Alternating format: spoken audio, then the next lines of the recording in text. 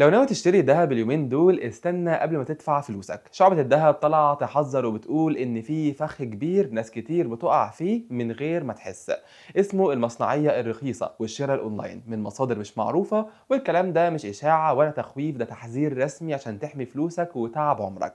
شعبة الدهب والمجوهرات بالتعاون مع وزارة التموين قالت إن أول وأهم خطوة في شراء الدهب هي إنك تشتري من محل معروف وكمان مرخص، عنده سجل تجاري وبطاقة ضريبية، وتكون عارف سمعته في السوق، لأن الأمان الحقيقي بيبدأ من المحل نفسه مش من إعلان على فيسبوك أو عرض شكله مغري زيادة عن اللزوم. والأهم من ده كله الفاتورة مش ورقة وخلاص، دي سند قانوني بيحميك، ولازم تكون مكتوب فيها وزن الذهب وعياره وسعر المصنعية بالتفصيل، ووصف كامل للقطعة عشان لو حصل أي مشكلة أو خلاف في المستقبل تبقى حقوقك محفوظة.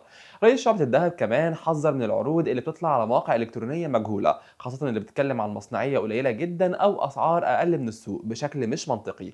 وقال بوضوح إن النوع ده من العروض غالبا وراه غش في العيار أو الوزن، أو ذهب مش مطابق للمواصفات ممكن يضيع عليك فلوسك بدل ما تكون استثمار آمن. ومن ناحية تانية وزارة التموين شددت الرقابة ونفذت حملات كبيرة قدرت تضبط ذهب وسبائك فضة غير مطابقة، وكمان أدوات لتقليد أختام الدمغة الرسمية، واتحررت محاضر ضد كل اللي بيضر السوق وحقوق الناس. يعني ما تنخدعش بالسعر الأرخص وما تشتريش ذهب من مكان مش مضمون.